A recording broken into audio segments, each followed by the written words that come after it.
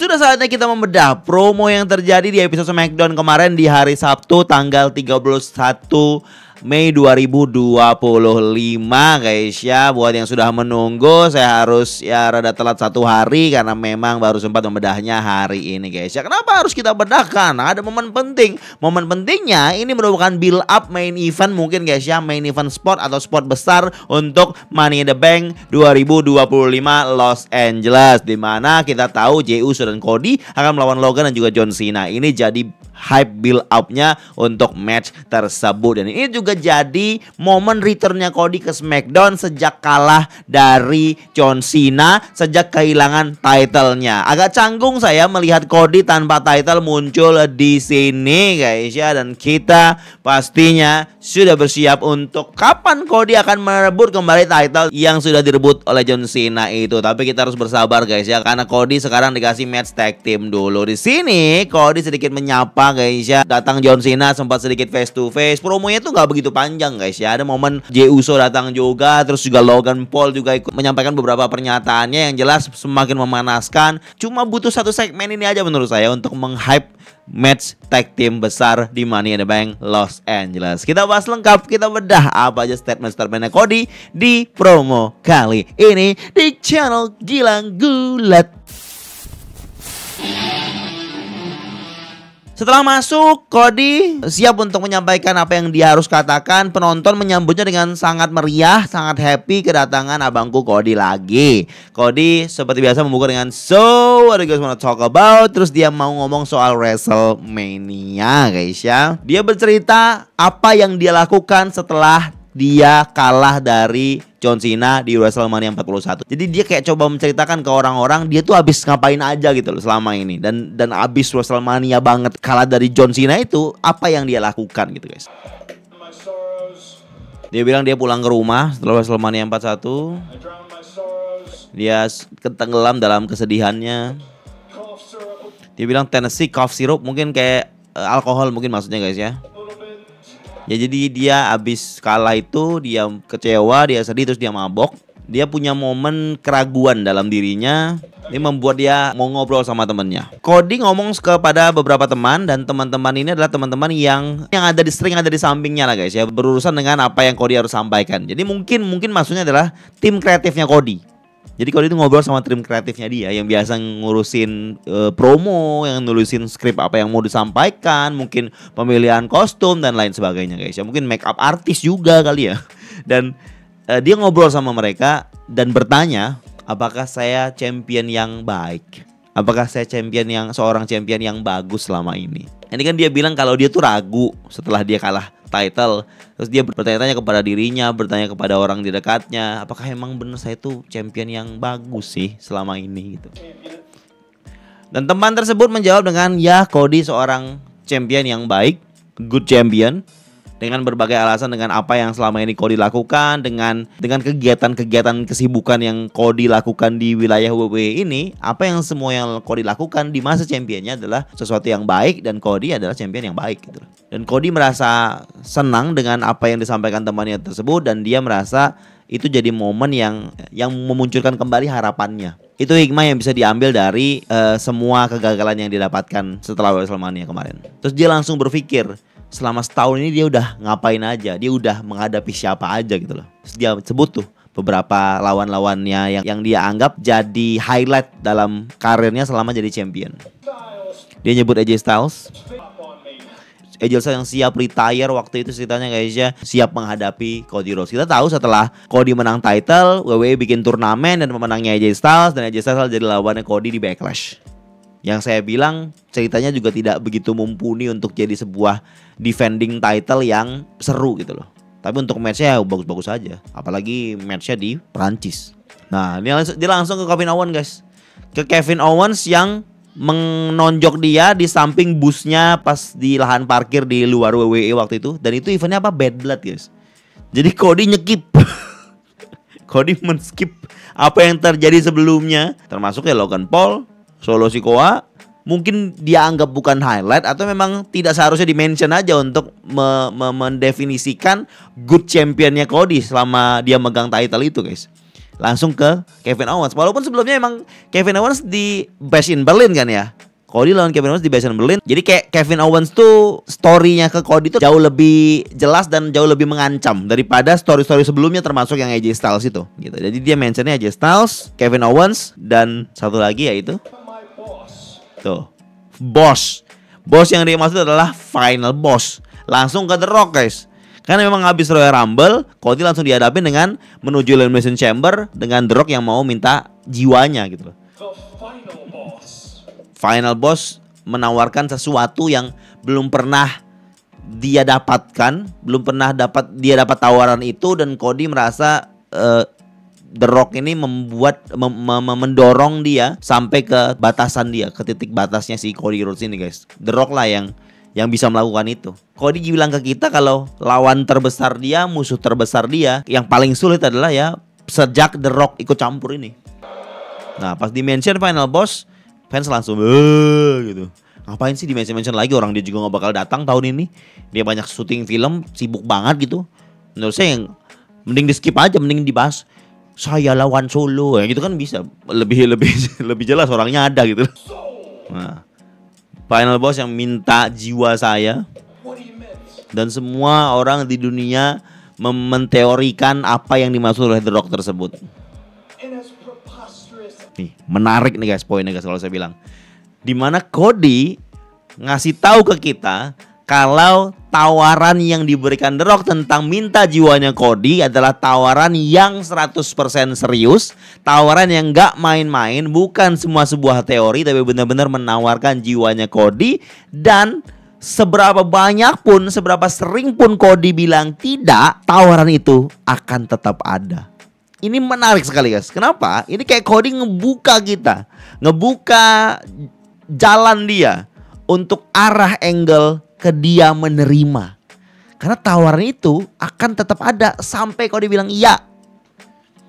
Kapan Cody bilang iya? Gak tahu guys. Tapi ini upaya WWE, upaya Cody untuk membuka jalan itu guys. Membuka jalan cerita Cody jiwanya terjual. Karena offer itu gak akan pernah hilang sampai Cody bilang yes. Sepertinya dari omongan ini guys, saya gak mau berharap lebih, tapi kayaknya bisa jadi arah ke situ. Dia masuk ke John Cena. Nah fans lagi langsung teriak tuh, let's go Cena, Cena sucks. Oh iya, mohon maaf kalau suara ini agak delay guys ya. Jadi nerimanya ke Streamlabs itu kayak agak delay gara-gara pakai USB ini colokannya nih. Tapi mudah-mudahan tidak mempengaruhi experience penontonnya. Lanjut. Dia berpikir tentang John Cena yang melakukan apa yang memang dia sudah katakan. Jadi Cena ngomong sesuatu dan dia membuktikan omongannya tersebut, yaitu ambil title Cody, ruin wrestling, menang di WrestleMania. Cody bukan lagi champion. Nih, ini juga jadi poin yang menarik guys. Di sini Cody mengangkat apa yang terjadi di WrestleMania 41, di mana Cena memaksa Cody untuk melakukan sesuatu yang tidak bisa Cody lakukan, yaitu menjadi seperti John Cena. Dan Cody ragu. Nah, keraguan Cody ini jadi alasan kekalahan dia. Jadi Cody ngeklaim itu guys di sini. Kenapa dia kalah? Karena dia ragu. Karena Cody punya keraguan. Cody tahu kalau John Cena punya misi untuk merusak wrestling. Cena menang title di WrestleMania 41. Misi Cena ruin wrestling kan masih berjalan. Dan artinya Cody bisa jadi orang yang disalahkan. Orang bisa nyalain Cody karena ruin wrestlingnya Cena masih berjalan gitu. Kan Cody kan di promo sebelumnya kayak menekankan banget dia akan menyelamatkan, dia akan mempertahankan WWE, dia akan mempertahankan title ini untuk menghalangi John Cena untuk ruin wrestling. Dan kita tahu dia tidak berhasil dan dia merasa dia patut disalahkan dengan misi John Cena yang masih berjalan ini. Dan bisa dibilang sukses di WrestleMania 41 ending kemarin. Nah, dia mau ngomong sesuatu ke Cena. Dia nggak peduli Cena bakal datang apa enggak, di Cena ada di sini atau tidak. Tapi kalau kamu dengar Cena, dia ngomong sesuatu nih Cody. Nah, Cody tekankan. Sebelumnya dia emang ragu untuk menghabisi Cena, tapi mulai sekarang saya tidak akan pernah ragu lagi untuk menghajarmu, untuk menghadapi John Cena lagi nantinya. Penekanan dari Cody lagi.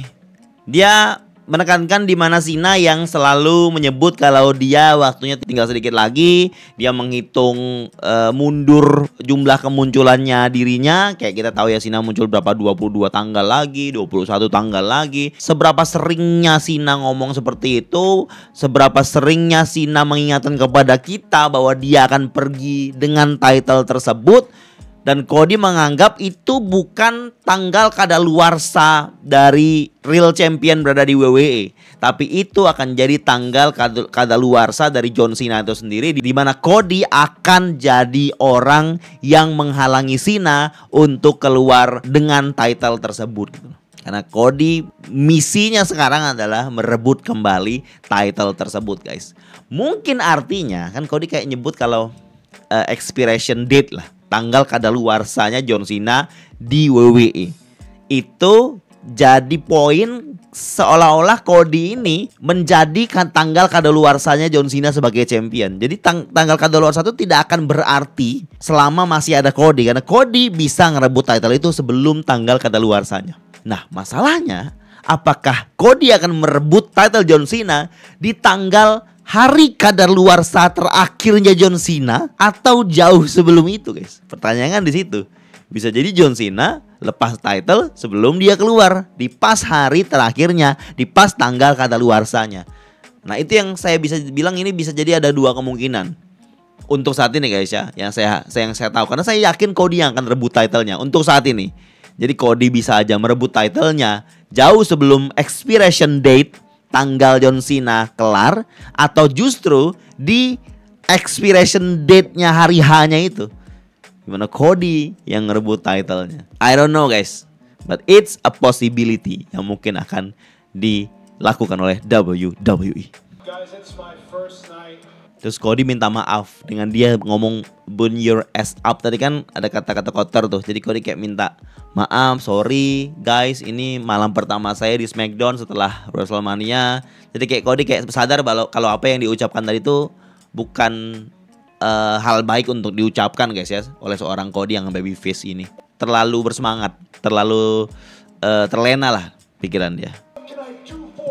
Dia juga katanya selain dia ketika off itu berpikir tentang lawan-lawan sebelumnya, berpikir tentang Final Boss, berpikir tentang John Cena, dia juga berpikir tentang banyak fans yang menunggu Cody. Dia berpikir tentang apa yang dia harus lakukan kepada fans yang mendukung dia, yang menunggu dia ini. Oke, saya balik di SmackDown. Gimana kalau saya kasih kejutan? Jadi Cody mau memberikan sesuatu kepada fans, kejutan. Kejutan yang diberikan adalah kehadiran Jey Uso, guys. Kita tahu Jey Uso orang Raw, datang ke SmackDown merupakan momen yang tidak sering, momen yang sangat jarang, bisa dibilang langka bagi Jey Uso. Dan Jey Uso jadi kejutan bagi Cody Rhodes. Itu udah di-expect sama fans juga pada yit guys ya. Kita tahu schedule itu cuma John Cena sama Cody Rhodes yang hadir di sini. Tapi Cody ngundang Jey, Cena ngundang Logan Paul di sini, guys ya. Jadi berempat full ada di sini untuk nge-hype match mereka di Money in the Bank. Singkat cerita, Jey Uso datang. Waktu datangnya Jey Uso itu kayak nguras 20% atau 30% waktu full promo ini, guys ya. Jadi kita skip aja. Dia cuma datang ngeyit ngulang-ulang lagi. Saya harus bahas yang saya notice, guys ya. Teman-teman bisa lihat di videonya. Jadi Jey Uso datang nih, lama tuh waktunya, guys. Ini udah lama nih Jey Uso nyampe ke arena masih ngeyit terus. Lihat nggak apa yang dilakukan Cody? Coba kita lihat. Itu kan Cody nunggu tuh, dia udah cukup lama nunggu. Tuh. Cody bilang, udah. Kayak ini udah kelamaan gitu loh Cody. Tapi Cody nggak sadar kalau dia tershoot oleh kamera mungkin, guys ya. Jadi Cody udah merasa terlalu lama nih. Ternyata ketika Cody disuruh berhenti, dia memang berhenti. Fans mau lagi. Dan memang biasanya kalau fans mau lagi, Jey Uso kasih, guys. Jadi kayak Cody tuh kayak ya udahlah, nah silakan gitu loh. Jadi Cody kayak dalam hati dia secara personal dia nggak mau kalau karena ini terlalu lama. Terus Cody-nya juga ketika fans mau ya udah dikasih gitu loh. Jadi kayak dia tuh mungkin momen dia begini tuh nggak sengaja terlihat kali, guys ya. Atau mungkin ada sesuatu yang lain yang dia isyaratkan kepada kru di bawah yang maksudnya bukan itu, nggak tahu juga, guys. Tapi agak awkward aja saya melihat ketika Jey Uso lagi asik-asik yit, momen yitnya juga lagi dinikmati oleh penonton. Tiba-tiba ada frame di mana Cody begini, kayak disuruh cut gitu, guys. Tuh kan, kayak Cody memang benar-benar mau di-cut ini. Fans mau lagi, yit lagi lah ya sebentar. Terus kita lihat Cody, ya udah lah ya katanya. Jadi silakan kalau mau yit lagi. Nah, Momen hitnya belum lama guys, langsung dipotong oleh John Cena. Ulang lagi. Baru John Cena datang. Jadi Jey Uso nggak ngomong apa-apa, nge-hit paling lama.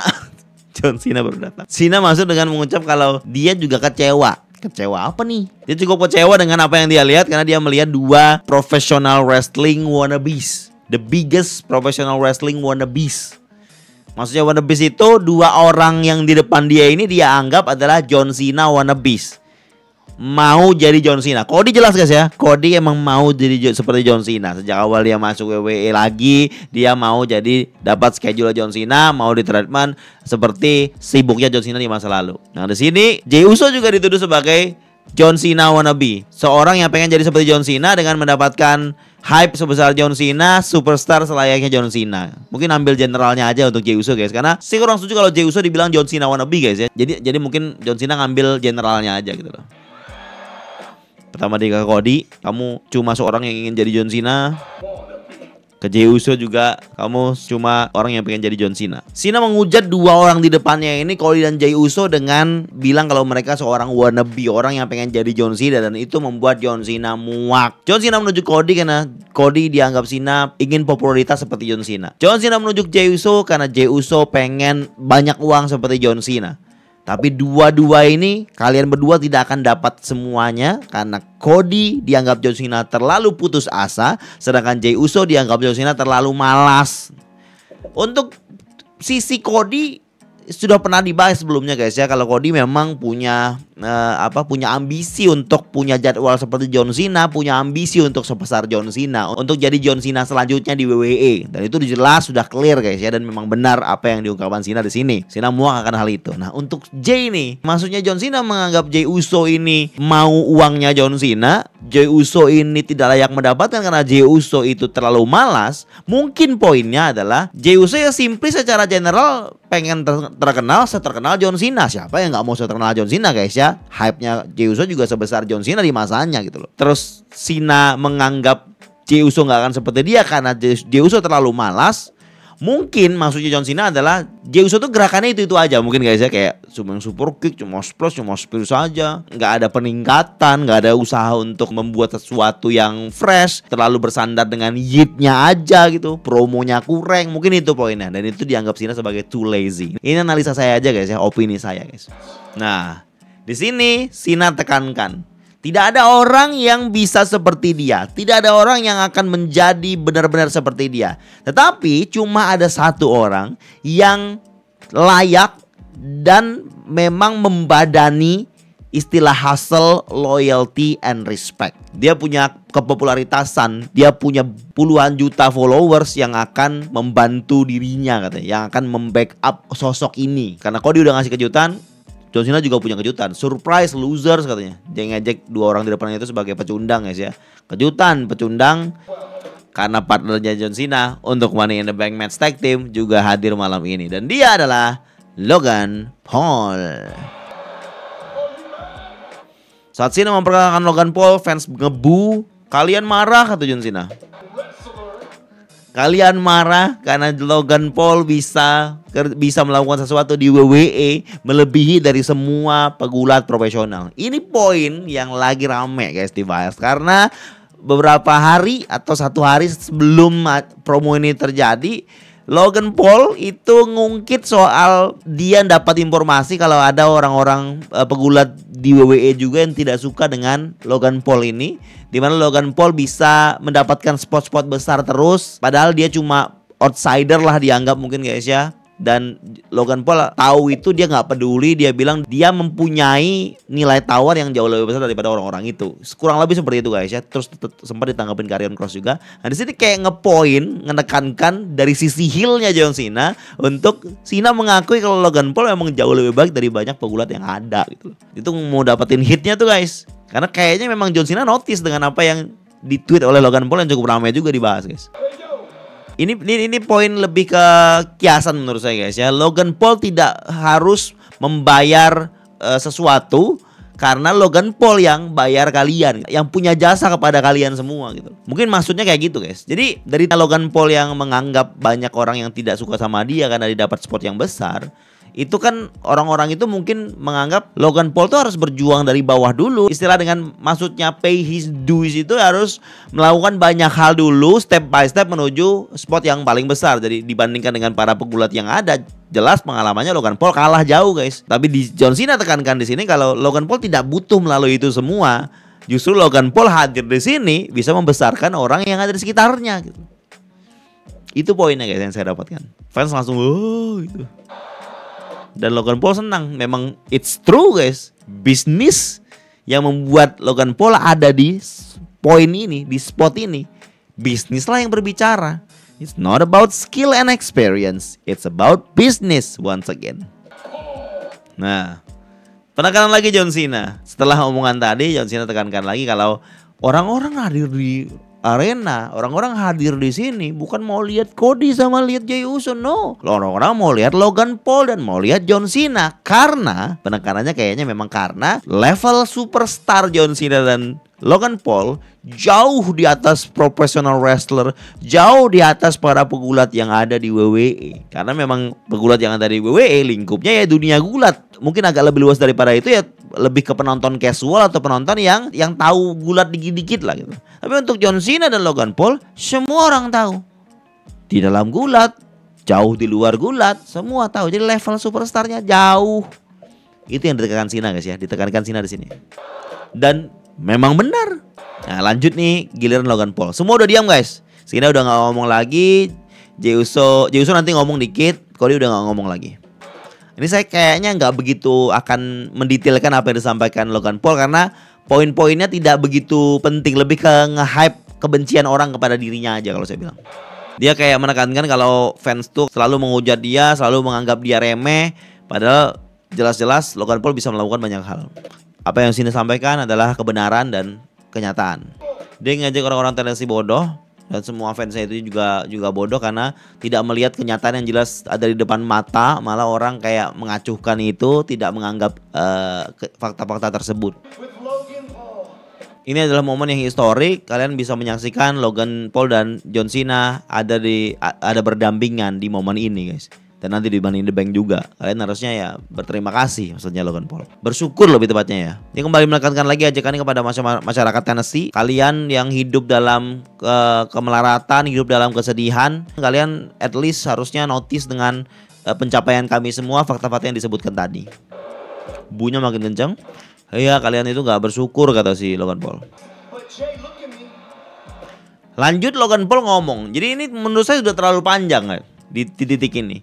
Karena kayaknya Logan Paul menghabiskan waktunya untuk mengejek masyarakat Tennessee beberapa kali. Bisa kita lihat dari sisi John Cena, Jey Uso dan juga Cody kayak cuma nunggu doang gitu loh. Saya melihatnya kayak mereka ngerasa kalau Logan Paul terlalu panjang. Ini baru masuk poin dia ngomong ke Jey Uso. Jadi intinya dia ngomong ke Jey Uso kalau harusnya dia berdiri di hari ini bersama John Cena sebagai champion. Dia nyebut World Heavyweight Champion yang dipegang Jey Uso tuh WWE Champion katanya guys, WWE Champion. Kayaknya dia ada sedikit lupa di situ kali ya. Padahal itu jelas World Heavyweight Champion yang dipegang Cena, Undisputed Champion. Dan dia nunjuk Jey Uso harusnya hari ini dia berdiri sebagai champion juga. Kalau bukan karena Cody. Nah dia menekankan ke Cody Rhodes ini yang membuat dirinya tidak bisa memenangkan title dari Jey Uso karena dia udah mau menang tuh, tapi Cody Rhodes keluar di Saturday Night Main Event kemarin. Masalahnya kan kita tahu yang datang duluan kan John Cena. John Cena yang mau mengganggu Jey Uso. Jey Uso udah mau menang gitu harusnya. Bisa dibalas begitu guys. Tapi kan namanya heel ya, mau ngeklaim suka-suka dia ya terserah guys, namanya dia juga heel.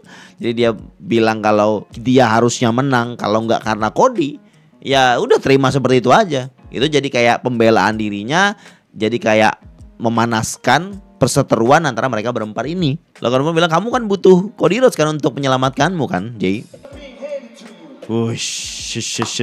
Ini belakangan yang cukup kuat dan menohok bagi dua orang di depan Logan Paul ini, Jey Uso dan juga Cody Rhodes, karena mereka berdua adalah keturunan pegulat generasi guys ya, pegulat yang dari keluarga pegulat. Kalian berdua ini selalu butuh bantuan, butuh satu sama lain karena kalian tidak pernah berjuang untuk mendapatkannya. Kalian selalu diberikan begitu saja kesempatan itu gitu. Gak kenceng ketika orang menohok, ketika Logan Paul menohok si Cody dan Jey Uso dengan ucapan seperti itu. Karena banyak fans saya yakin merasa memang begitulah industri ini berjalan. Keluarga Walaupun memang kita tahu ya Cody sampai ke titik ini juga ada perjuangan dirinya, walaupun dia bawa nama bapaknya juga guys ya, tapi ada perjuangan dirinya di situ. Begitu juga dengan Jey Uso. Dia keluarin katanya guys. Tadi dia nggak nyebutin katanya loh guys. Kata sakral untuk seorang pegulat generasi, yaitu Nepo Babies. These two Nepo Babies, dia bilang. Dua orang yang sukses karena nepotisme ini.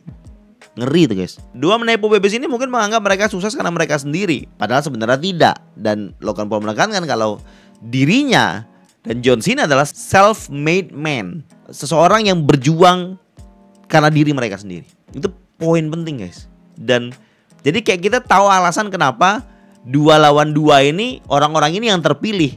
Kalau kita melihat dari alasan apa yang disebutkan dari Logan Paul ini, 2 Nepo Babies lawan 2 self-made man. Pegulat nepotisme adalah pegulat superstar sesungguhnya. Tuh, lihat ada yang tepuk tangan. Jadi nggak semuanya ngebu dan tidak ditekankan bunya juga guys. Ada tepuk tangan yang kita dapatkan guys. Karena memang itulah yang terjadi. Dan memang itu yang sebenarnya. Di sini Logan Paul mengungkap fakta, bukan sekedar ngomong kosong. Dan ternyata masih lanjut guys. Saya kira udah selesai. Di sini menurut saya memang Logan Paul yang menguasai sesi promo berempat ini. Lihat mukanya Cena juga udah mulai bosan tuh kayaknya. 5 tahun yang lalu orang mungkin gak akan percaya kalau Logan Paul jadi pegulat WWE sekarang. Dan tidak akan percaya orang-orang kalau Logan Paul akan tag team bersama The Greatest of All Time. Nah sekarang aku bukan cuma seorang superstar biasa, tapi aku superstar yang memang benar-benar superstar utamanya WWE. Waktu saya sekarang. Terus dia nunjuk ke John Cena, dia bilang waktunya Cena udah akan berakhir. John Cena adalah last real champion, dan saya tidak akan tertolakkan menjadi face of the company setelah John Cena. Jadi kayak Logan Paul ngeklaim kalau John Cena udah mau keluar, Logan Paul lah penggantinya. Aduh, oke, kalian berdua di weekend berikutnya Money in the Bank, kalian kalau mau sesuatu, dapatkan sesuatu tersebut. If you want some, come get some. Saatnya Jey Uso ngomong. Ini udah selesai nih mereka, karena kan Logan Paul bilang minggu depan. Jey Uso kayaknya gak mau nunggu minggu depan guys. Kami gak mau nunggu sampai Money in the Bank. Kita mau malam ini kata Jey Uso. Nah disinilah poin perpecahan sejak pertemuan pertama. Ini kan harusnya Logan Paul sama John Cena harusnya kompak dong. Mereka kan mau tag team bareng. Nah di sini poin ada selisih paham. Mereka sama-sama punya ego. Di mana Jey Uso mau ngajak berantem sekarang, Cody pun udah siap. Logan Paul semangat mau ngajar sekarang, tapi John Cena mengingatkan ke Logan Paul, gak usah sekarang lah. Kan tipikal heel tuh kan, apalagi John Cena biasanya kayak gak mau ngasih cuma-cuma pertempuran dia, gak mau ngasih match ke tempat yang tidak dia inginkan gitu loh. Nah di sini terdapat selisih paham guys. Tuh kan, John Cena mau pergi tapi Logan Paul kayak mau berantem aja hari ini juga gitu loh. Disinilah salah pahamnya. Lihat ya, si John Cena pegang bahu duluan, terus Logan Paul pegang bahunya John Cena. Nah John Cena pegang bahunya kayak udah kita pulang aja.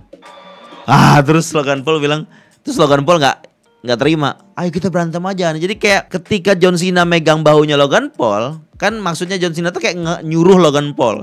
Tapi Logan Paul kan punya ego juga guys ya. Dia nggak mau disuruh gitu, dia mau balik pegang bahunya John Cena untuk menahan Cena untuk jangan pergi. Jadi kayak saling pengen mimpin satu sama lain gitu loh guys. Pengen ngasih tahu kalau mereka yang lebih superior daripada partnernya. John Cena tidak suka dipegang bahunya. Logan Paul itu kayak ya udah dia mau pegang itu, mau menahan John Cena, dan fans langsung wow. Ini bumbu perpecahan yang terlihat jelas di sini guys ya. Mereka belum apa-apa udah pecah, jadi kayak fans tuh biar jadi lebih intriguing guys ya untuk menantikan matchnya, untuk menantikan apakah ini akan jadi bumerang bagi Logan Paul dan juga John Cena dan bikin mereka kalah. We'll see. Tapi ini jadi manfaat untuk Cody dan juga Jey Uso, karena Cody dan Jey Uso jadi bisa menghajar Logan Paul dan juga John Cena di sini guys. Gara-gara mereka jadi fokus saling tidak suka. Nah ini ada poin terakhir yang Cody sampaikan. Kalian berantem apa ini kata Cody.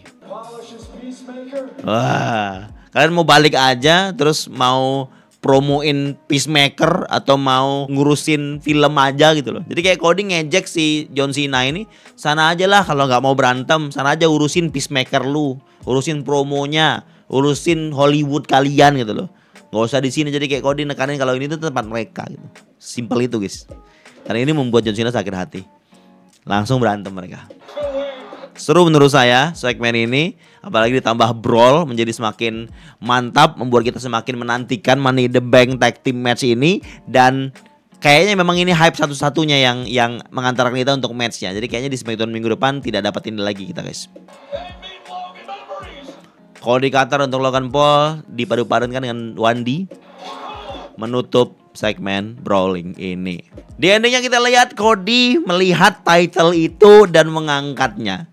Jelas tujuan Cody ambil title itu guys ya. Bisa jadi di momen menuju retirementnya John Cena ini, satu matchnya yang dischedulkan kemungkinan Cena akan lawan Cody lagi for the title. Karena Cody melihat title itu dan mengangkatnya guys ya. Jay dan Cody standing tall di ending.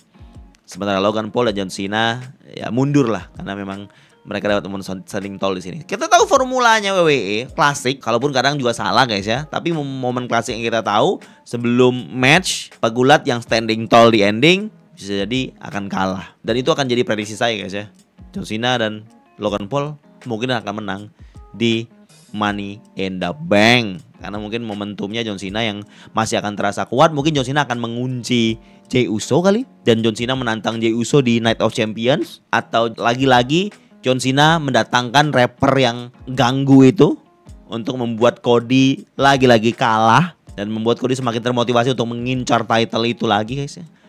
Banyak kemungkinan yang akan terjadi di Money in the Bank 2025 Los Angeles. That's it. That's all bedah promo hari ini guys ya. Mudah-mudahan cukup bisa memberikan referensi bagi teman-teman yang ingin tahu lebih dalam apa yang terjadi di segmen SmackDown ini. Tanggapan kalian gimana? Silahkan komen di bawah, ramaikan kolom komentar, dan juga jangan lupa like videonya dan support terus channel Gilang Gulat. Gracias.